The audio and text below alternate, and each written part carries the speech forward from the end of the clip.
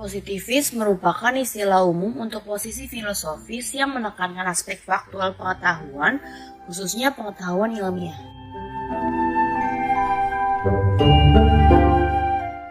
Positivisme merupakan suatu aliran filsafat yang menyatakan ilmu-ilmu alam atau empiris sebagai satu-satunya sumber pengetahuan yang benar dan menolak nilai kognitif dari suatu filosofis atau metafisik.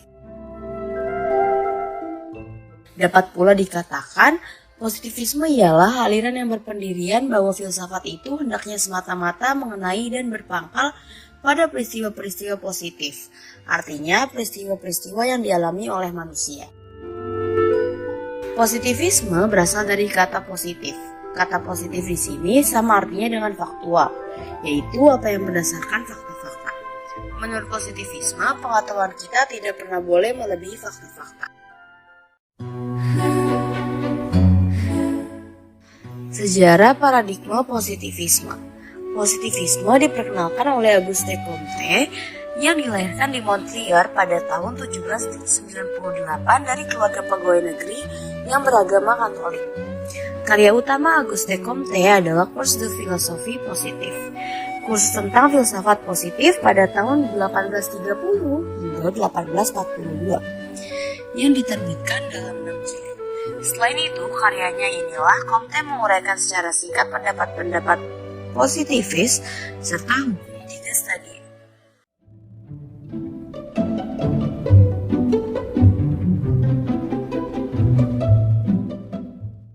Ciri-ciri paradigma positivisme.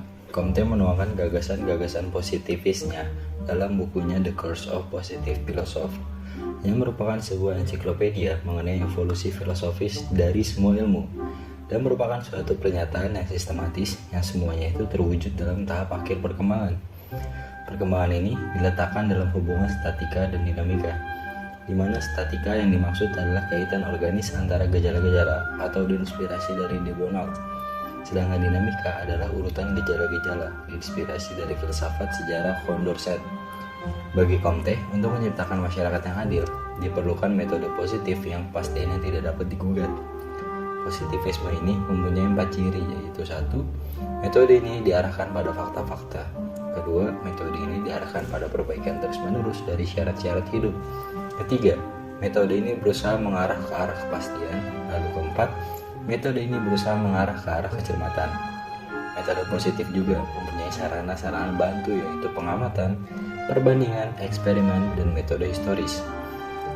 3 yang pertama itu biasa dilakukan dalam ilmu-ilmu alam, tetapi metode historis khusus berlaku bagi masyarakat, yaitu untuk mengungkapkan hukum-hukum yang menguasai perkembangan gagasan-gagasan.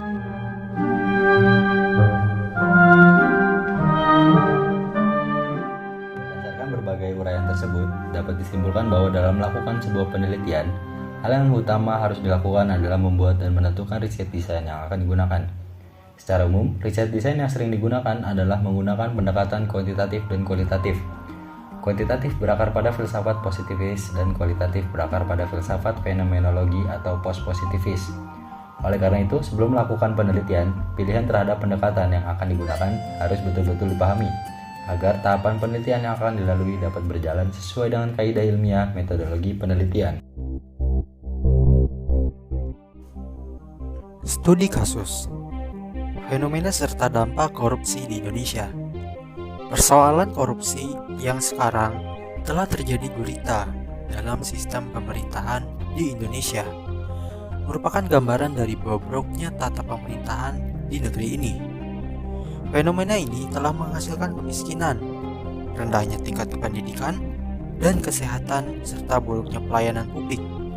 Akibat dari korupsi, penderitaan selalu dialami oleh masyarakat, terutama yang berada di garis kemiskinan.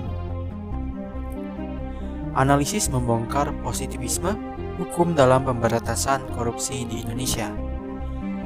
Salah satu penyebab kegagalan peradilan pidana dalam pemberantasan tindak pidana korupsi adalah cara berhukum yang bersifat legalistik positivistik.